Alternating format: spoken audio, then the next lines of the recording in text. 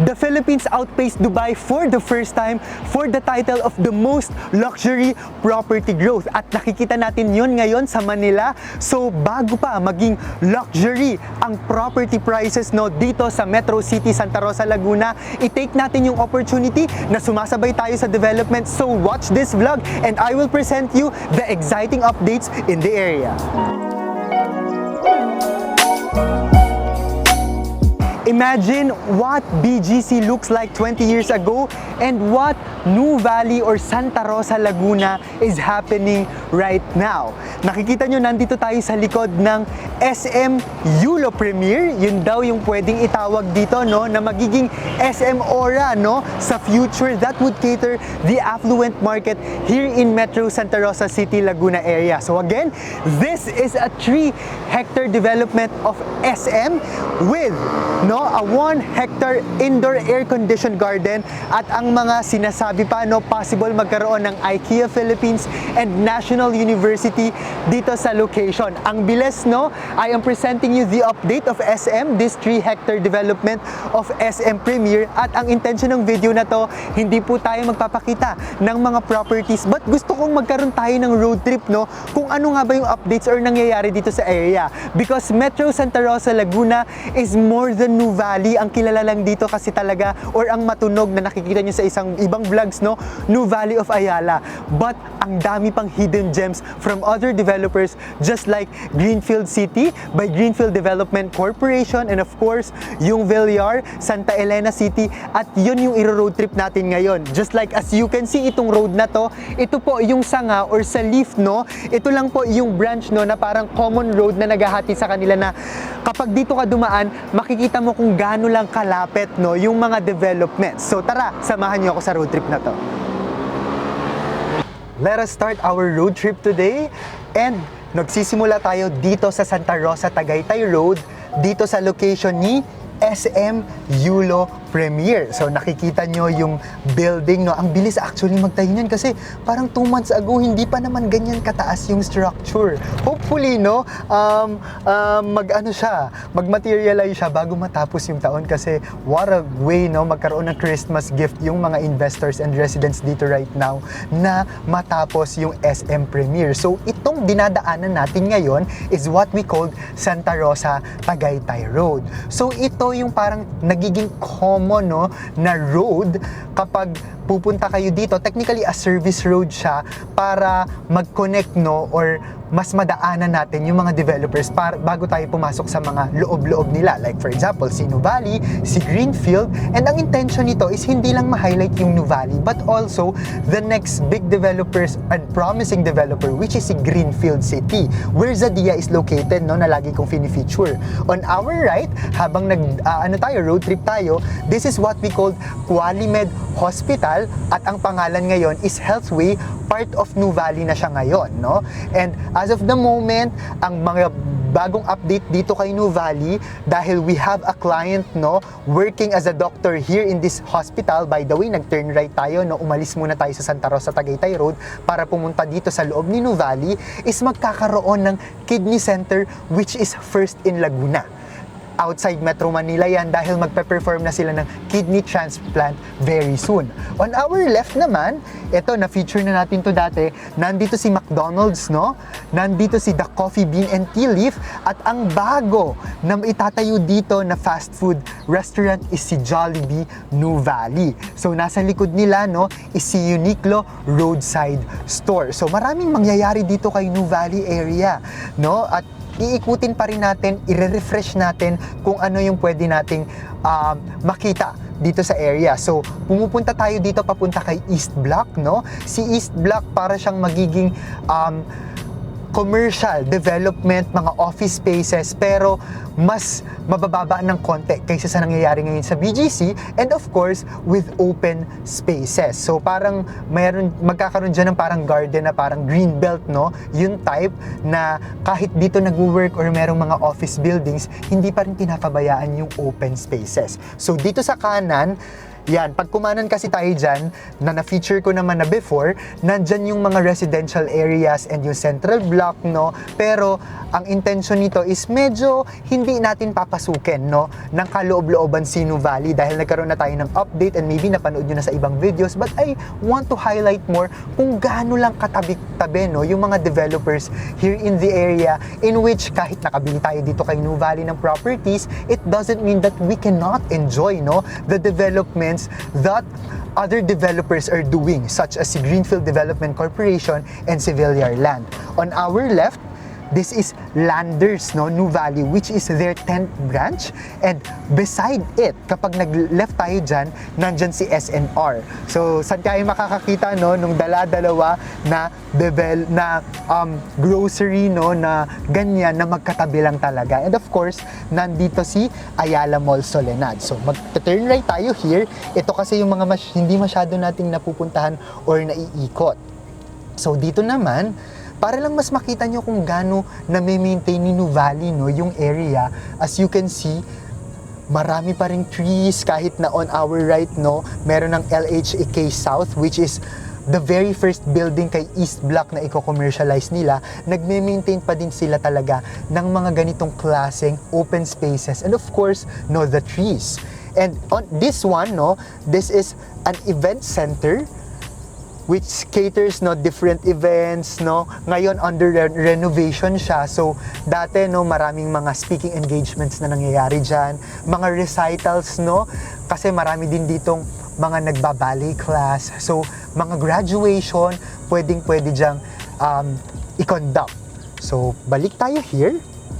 Pupunta naman tayo dun sa sikat na koi fishing area, no? Hindi na tayo bababa ulit, pero magte-turn right tayo doon dahil meron akong isa sa ipapakita na developments here which, no, magiging driver para magtaas at pumutok yung price at mag-appreciate ang market value dito sa future. Kaya nabanggit ko kanina, wow, number 1 sa Philippines when it comes to the most luxury real estate growth, outpacing Dubai. And yung mga ginagawa dito ngayon kay Nuvali, hindi malayo na magiging luxury din, no, yung prices dito sa future. And as an investor, no, personally, maganda sa akin yun kasi nakakasabay ako sa investment ngayon. Hindi ako nag-shell out ng malaking amount monthly, pero alam ko kung saan papapunta, no, yung investment ko dito sa future. Kasi kung ano nangyayari dati kay Makati at BGC, ito yung nangyayari ngayon dito sa area. So kumanan tayo here. Dito on the left side, nandito yung ulumang IT hub, no, ni Nuvali, at kapag pumunta tayo dyan, nandito yung man-made lake at saka yung koi fishing area. But dediretso tayo here, and on our right is the Seda Nuvali. So ayan, no, pupuntahan tayo dito na I think magiging game changer, no, na development. Magle-left tayo here, and this one, ayan, yung may crane is what we call, ayan, yung may crane na yan, tinatawag natin na Museum for Architecture and Residences. Now, this is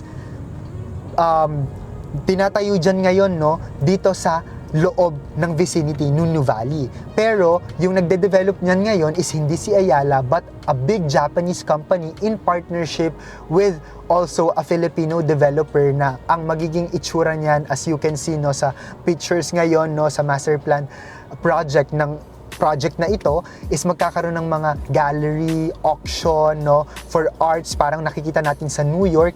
And on top of it, no, sa mga higher floors, mag-o-offer sila ng mga luxury condominium with a size of 150 square meters and above with its own onsen.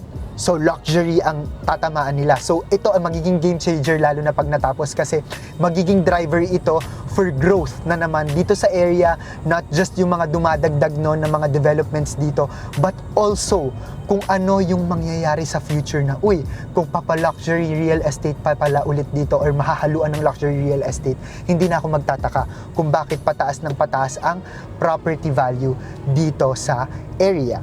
So ayan, babalik lang tayo sa kanina. And ito, nakikita nyo, this is Concentrix.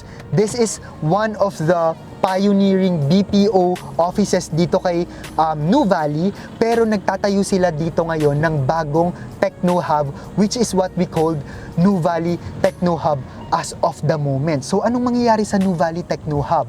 So, ikikater nila yung mga BPO, mga tech companies, na magiging driver pa ulit ng development at growth dito sa area. So, natapos na tayo dito sa Nuvali. Again, pinuntahan lang natin, no, yung medyo nasa ano lang tayo, dahil road trip lang to, bungad lang ni Nuvali, which is nandito tayo sa Nuvali Central. But of course, Nuvali is the biggest self-sustaining eco-city in the Philippines, 2,500 hectares. So malawak pa po ulit to. At kino-cover to ng 3 cities or municipalities, not just Santa Rosa but also Calamba and Cabuyao. Ganoon kalaki si Nuvali. So nasa bungad lang tayo, and then ngayon, babalik tayo sa Santa Rosa Tagaytay Road, which is yun yung parang main connector kasi, no, ng mga developments dito sa area.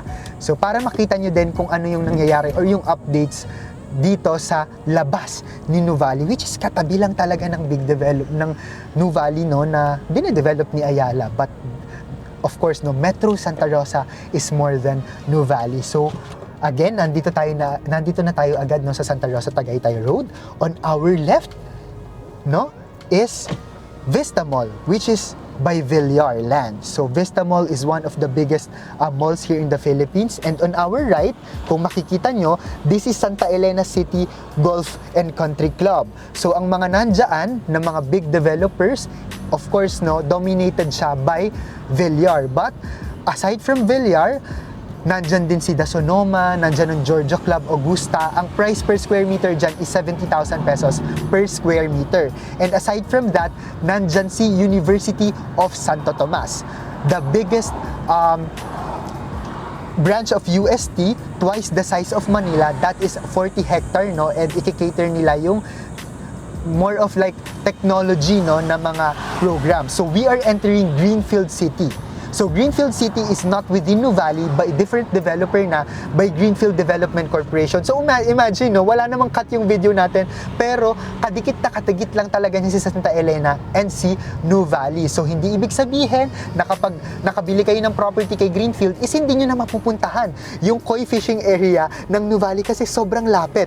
Usually nga, itong nakikita nyo ngayon, nag-turn right tayo, again, nasa vicinity na tayo ni Greenfield City by Greenfield Development Corporation. Of course, ang pinakamagandang location, which is si Zadia by Greenfield City. On our right, itong crane, yan yung Museum for Architecture and Arts, and nandyan si Seda Nuvali. So imagine, katabing-katabi niya lang, it's just like we have an invisible perimeter wall from each developers. Pero kung nakabili kayo ng condo dito kay Zadia, pinakabungad, pinakamalapit kay Santa Rosa Tagaytay Road, pinaka-accessible sa lahat ng mga nangyayari dito sa area. At pinakamura pa siya. Mind you guys, no, studio unit is at around 4.8 million to 5 million with 39 months to pay down payment at around 20,000 pesos per month. Diyan po yung isa sa pinakauna kong condo investment dito sa area, at hindi po ako nagsisisi kasi bukod sa mga malls na itatayo, ano pa ba ang malapit kay Zadia? Of course, nandyan yung Paseo. Nandito na agad. Actually, walkable lang to from Zadia, no? Ito yung Arcadia and Paseo outlets. Ito yung isa sa pinakamatagal na commercial area dito sa Santa Rosa. 1990s nandito pa po ang Paseo. At ang pinaka natuwa ako, no, na pinakamalapit si Zadia is kay The Medical City South Luzon at kay Paseo Premier Hotel. Bonus pa, no? Bukod sa hotel ni Paseo, and then ito, yung likod nito is si The Medical City South Luzon na kasi meron pong tinatayong major hotel dito sa area, which is si Vivere Hotel. So if you are familiar with Vivere Hotel in Alabang, no, na ang rooftop niya is the Nest Dining in the Sky, iisa lang po yung nag-develop dito. So nearly finished na itong area na to. Ito is si Vivere Hotel, 15 floors, and ito lang po si Zadia. So imagine, no? Imagine kung gaano magiging kalapit si Zadia sa mga major establishments at ito rin yung magiging driver ng market value appreciation sa future. So titignan din natin, no, yung mga developments ng mga residential properties dito kay Greenfield kasi medyo nagigilty ako, no? Laging doon na lang tayo lumuloob kay Nuvali. Laging tinitignan na lang natin yung developments kay Nuvali, but I also want you guys to know na meron pang isang big developers dito which is si Greenfield City. So ito po si The Medical City South Luzon, and of course, no, if Nuvali has its commercial developments which is si East Block and Nuvali Central Business District, Greenfield City also has its own commercial area. And kung ano yung tinatraverse natin right now, this is what they called Greenfield Business District.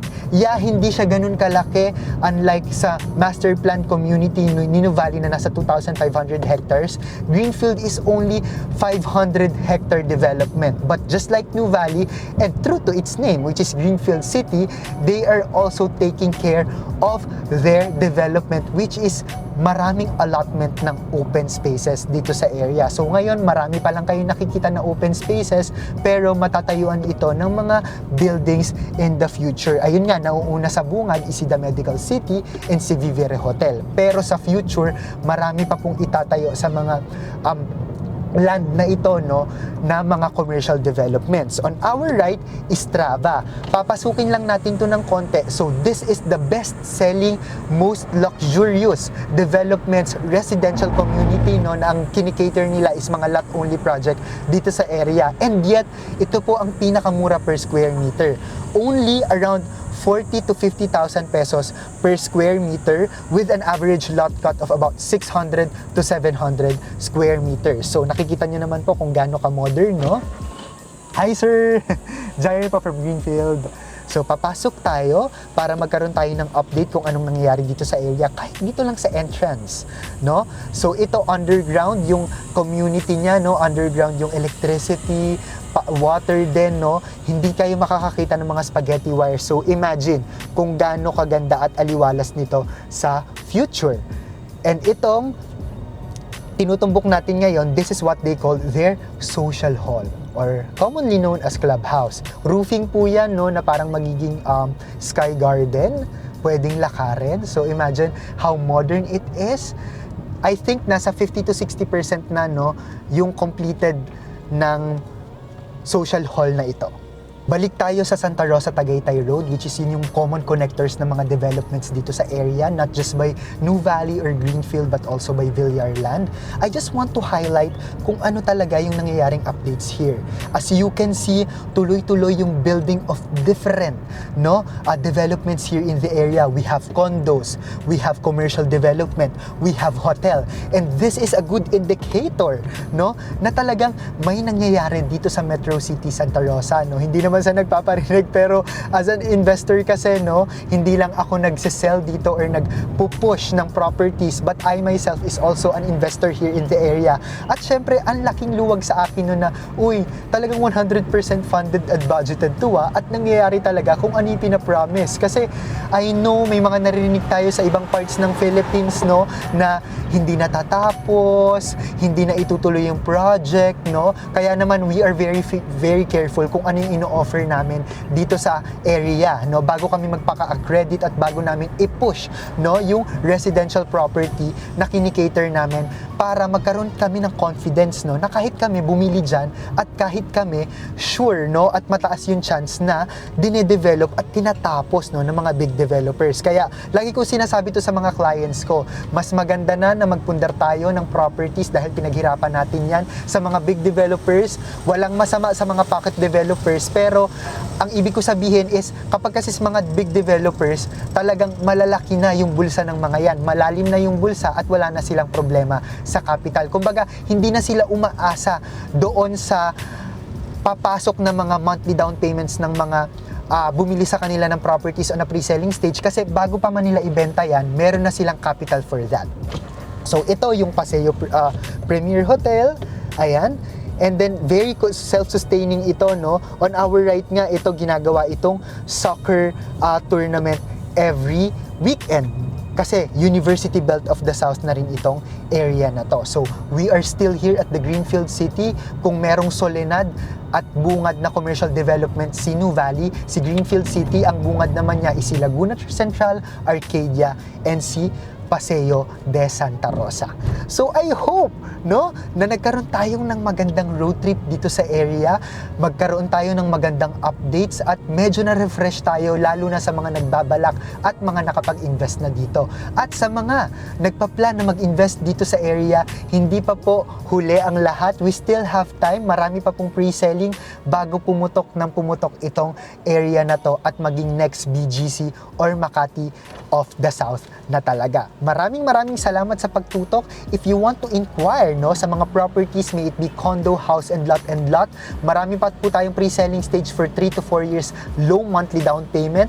Hindi po tayo magkakaroon ng pressure na mag-spot down payment dahil napaka-friendly po at flexible na mga payment terms dito.